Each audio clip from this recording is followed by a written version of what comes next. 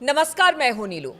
तो देखिए, गाजा में अब इजरायली बंधकों को रिहा कराना जल्द शुरू कर दिया जाएगा। यानी कि जो हमास है वो बंधकों को रिहा करना अब बहुत जल्द शुरू कर देंगे, क्योंकि पहले फेज की जो बातचीत थी वो सकारात्मक रही है। अब बंधक छोड़ने पर मुहर लग गई, यानी साइन हो चुका है। लेकिन क्या इसी बीच कहा यह जा रहा है कि जो प्लान नेतन्याहू या इजराइल ने बनाया था, क्या वो सब गजा प्लान को लेकर फेल होता नजर आ रहा है? बातचीत आज इसी पर होगी। मयंक मेरे साथ है। मयंक, कहा यह जा रहा है कि ठीक है, एक सकारात्मक पहलू देखने को मिला जब इजरायली नागरिकों जो बंधक है उनको छोड़े जाने की बात हो रही है, बहुत जल्द उन्हें रिहा करा दिया जाएगा।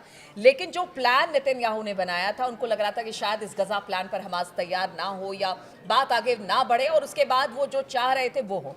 लेकिन आपको लगता है कि अब उनका ये जो पूरा प्लान था, मंसूबा था, वो फेल हो रहा है इसमें? देखिए, इसमें दो तीन बातें हैं। सबसे पहली बात तो ये है कि गजा को लेकर जो डील है, इस डील के मुताबिक बंधक छोड़े जाने हैं। बात नंबर एक। बात नंबर दो, इजराइल की फोर्सेस जो हैं, येलो लाइन जो एक लाइन तय की गई थी, वहां तक पीछे आ जाएंगी।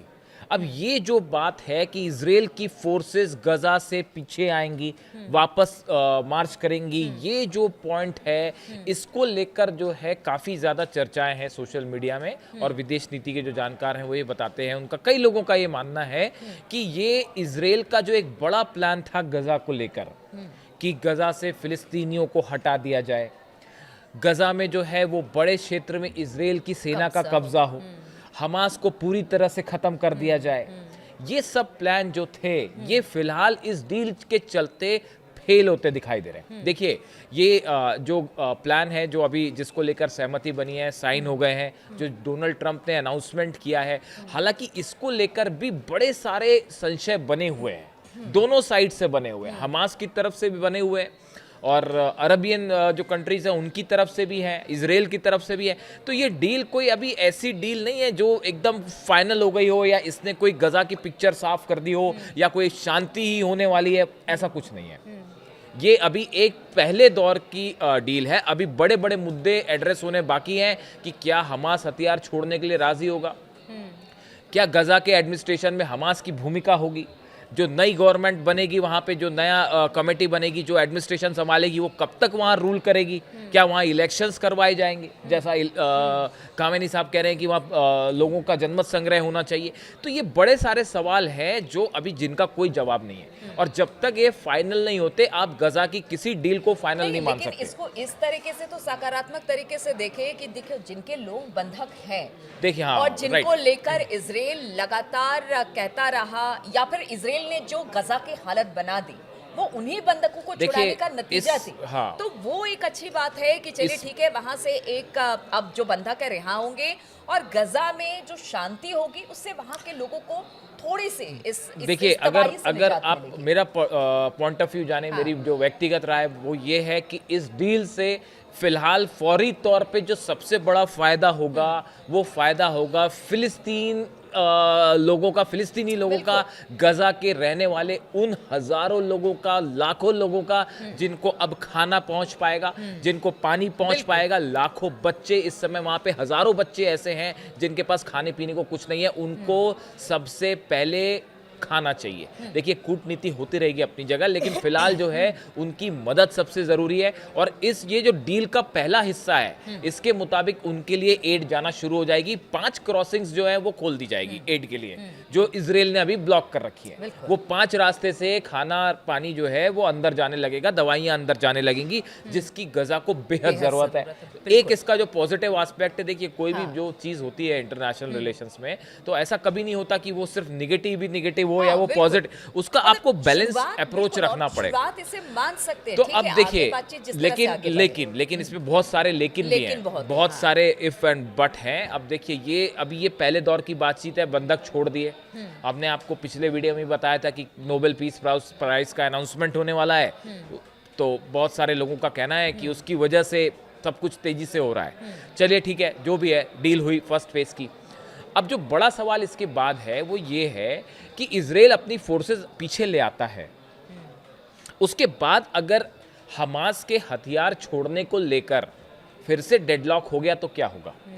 अगर हमास ने मना कर दिया कि साहब हम हथियार नहीं छोड़ेंगे, अभी तो वो बंधक छोड़ने के लिए राजी है, वो इस बात के लिए राजी नहीं है कि हम हथियार छोड़ देंगे। हमास की तरफ से ये भी नहीं कहा गया कि हम जो है वो गजा से एडमिनिस्ट्रेशन में हमारा कोई रोल नहीं होगा। क्योंकि उस पे तो अभी बातचीत हुई अभी भी तो बाकी है। फौरी पहले फेज की बात हुई है जिसमें कहा है कि हम बंधक छोड़ते हैं, आप फोर्स वापस मंगवाइए। ठीक है, अब ऐसे ऐसे हालात में जो बात कही जा रही है वो ये कि इजराइल की फोर्सेस का वापस आना, हमास का ख़त्म ना होना। देखिए ये डील जब भी होती है तो एक प्रकार से देखिए हमास को लेकर भी इंटरनेशनल लेवल पे काफ़ी चर्चाएं हैं, मतलब उनको एक पक्ष माना गया इस पूरे मामले में। तो जो हमास को ख़त्म करने वाली बात थी कि हम एयर स्ट्राइक्स करके बातचीत या आप कर रहे हो उनसे, हाँ, लेकिन बातचीत फिर कर- भी आप उनको खत्म करके या वो- फिर जो वो एक बॉडी बनानी है उससे उनको बेदखल देखिए करके ये आप नहीं हो पाया। कैसे कर आप पाएंगे? हमास को जो खत्म करने का एजेंडा था वो नहीं हो पाया, हाँ। गजा में कब्जा करने का जो एजेंडा था वो नहीं हो पाया, फिलिस्तीनियों को हटाने वाला एजेंडा था वो नहीं हो पाया। ये तीन चीजें फेल हो रही हैं, बड़े सारे एक्सपर्ट मान रहे हैं। इसलिए उनका कहना ऐसा है कि तो इजराइल का हिडन एजेंडा था वो इसमें सफल नहीं हो पाया। बिल्कुल। और नेतन्याहू ने डोनाल्ड ट्रंप के दबाव के चलते इस डील को साइन किया है, वरना इजराइल तो चाह रहा था कि शायद एक ऑल आउट वॉर खत्म हो पूरा, बिल्कुल, तो हाँ। वो इस मकसद में था। लेकिन आप देखें कि अभी जिस तरह से ये डील हुई इसको लेके एक तो डोनाल्ड ट्रंप ने, देखिए जो बात हमने पहले भी बताई थी, उन्होंने जो अनाउंसमेंट किया, I am very proud to announce that Israel and Hamas have both signed of the first phase of our peace plan, कि पीस प्लान का जो फर्स्ट फेज था उसको साइन कर लिया है, जो उन्होंने कहा। This means all of the hostages will be released very soon, सभी बंधकों को फौरन छोड़ दिया जाएगा, जिसकी बात निकल के आ रही कि शायद मंडे तक छोड़ दिए जाए, मुझे लगता है पहले भी छोड़े जा सकते हैं। तो and Israel will withdraw their troops to an agreed upon line as the first steps toward a strong, durable and everlasting peace. और उसके बाद इजराइल जो है अपनी फोर्स वापस मंगा लेगा। तो अब यहाँ पे एक बात तो साफ है कि ये जो गजा पर कब्जा करने का इस डील के मुताबिक हम चल रहे हैं, आज से 6 महीने बाद क्या होगा कोई नहीं जानता। इसको लेके 6 महीने बाद मयंक हाँ। मतलब ये तो ये भी नहीं कि बंधकों की रिहाई के बाद क्या बंधकों होगा। की रिहाई के बाद ये- क्या ये सिचुएशन भी होगी, बड़ा- ये हाँ। डील अंत तक जा पाएगी नहीं जाएगी, अभी ये सब कुछ तय नहीं है। हम आज की बात कर रहे हैं, आज की डेट में आज जो हालात है वो आपको बता रहे हैं। और कभी-कभी आपको पॉजिटिव सोच के साथ भी आगे देखिए अब इसमें अभी कुल मिला के जो ये है कि अब आगे इस डील का क्या होगा इसका अभी कुछ भी चीज़ें साफ नहीं है, लेकिन अभी जो सिचुएशन है उसमें ये डील बंधक छोड़ने वाली बात है। और इजरायली फोर्सेस का पीछे आना, इजरायली फोर्सेस का पीछे आना ये अपने आप में बड़े सारे जो हार्ड लाइनर हैं इजराइल के, उनके लिए बड़ा झटका है, जो ये चाहते थे कि गजा में एक बफर जोन बन जाए या गजा की बड़ी सारी ज़मीन जो इजरायली फोर्सेस वहाँ रहें। देखिए लेबनान में भी बहुत ज़्यादा ऐसा हो नहीं पाया, अल्टीमेटली इजराइल को अपनी फोर्सेस पीछे खींचनी पड़ी। वैसे ही ये गजा में भी सिचुएशन है, हुती एक अलग चैलेंज बने ही हुए हैं। और अभी एक नई और चीज़ निकल के सामने आई है, इसका हम अलग से वीडियो में चर्चा करेंगे। ईरान को लेके डोनाल्ड ट्रंप ने बड़ी बातें कही है, उन्होंने बड़े संकेत दिए हैं कि गजा डील के बाद ईरान के साथ भी क्या कोई डील हो सकती है। देखिए हम आपको पिछले 3 वीडियो से लगातार कह रहे थे कि इस डील में बैक चैनल से ईरान भी इन्वॉल्व है, बैक चैनल से जो है वो रशिया भी इन्वॉल्व है, और ये दोनों को हमास और इजराइल के बीच में जो पिछली बात हुई फ़ोन पे पुतिन की नेतन्याहू से, मुझे लगता है कि इस फोन टॉक के बाद इजराइल ने अपना स्टैंड जरा सॉफ्ट किया इस पूरी डील को लेकर, ऐसा लगता है। तो बैक चैनल से ईरान भी इन्वॉल्व है इसमें, और कभी-कभी समय की डिमांड भी होती है, आपको सॉफ्ट करनी पड़ती लेकिन है। एक देखिए एक पॉइंट ऑफ व्यू ये भी कह रहा है कि अगर इजराइल की फोर्सेस गजा से बाहर आ जाती हैं तो ईरान या हमास, जो अक्सर हम देखते हैं कि एक ही पॉइंट ऑफ व्यू रखते हैं, ये एक प्रकार से इनकी एक आप कह लें कि एक प्रकार से जीती, कुछ लोग इसको जीत भी मान रहे हैं, कह रहे हैं ऐसा है कुछ लोगों का, मतलब ये कोई हम अपनी राय नहीं बता रहे, कुछ एक्सपर्ट्स हैं उनका ये कहना है कि भाई अगर इजराइल की फोर्स गजा से बाहर आती है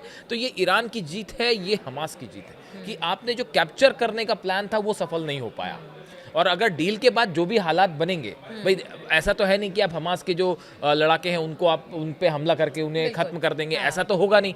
डील के बाद उसकी शर्ती सीज फायर है, और सीज फायर हो जाता है और हमास भी बरकरार रहता है, गजा की ज़मीन भी बच जाती है, इंटरनेशनल एड भी जाती है। ये अपने आप में एक अलग फिलिस्तीनी देश बनने की दिशा में अच्छा स्टेप हो सकता है, एक देश के रूप में फिलिस्तीन को मान्यता मिलना बड़ा स्टेप हो सकता है। लेकिन फिर हम कहेंगे। लेकिन इसमें बड़े सारे मुद्दे हैं जिस पे क्लैरिटी होने के लिए अभी इस पे जल्दबाजी हो गई, कहना कि डील सफल हो गई है या डील फेल हो गई है। अभी चीज़ों के परिणाम देखने पड़ेंगे कि इसके रिजल्ट्स क्या होते हैं, आपको वेट करना पड़ेगा थोड़ा। उसके बाद समय के हिसाब से तय होगा कि जो कुछ हो रहा है इसका नतीजा और अंजाम बिल्कुल। क्या तो देखिए, बंधक छोड़े जाने हैं, बंधक बहुत जल्द छूट जाएंगे, लेकिन उसके बाद क्या बाकी जो बिंदुओं पर बातचीत इस वक्त हमास और इजराइल के बीच में चल रही है, क्या उस पर सहमति बन पाएगी?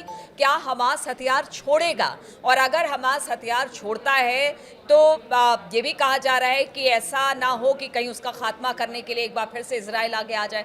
बहुत सारे ऐसे लेकिन किंतु परंतु हैं, लेकिन इसका होगा क्या, इसके लिए वेट करना पड़ेगा, इस पर स्थिति पर नजर बनानी होगी और फिर देखना होगा कि इसमें क्या होता है। वो तमाम अपडेट्स लेकर हम आपके पास जरूर आएंगे, चर्चा इस पर जरूर करेंगे। फिलहाल बहुत बहुत शुक्रिया आप सभी का हमारे साथ इस चर्चा में शामिल होने के लिए।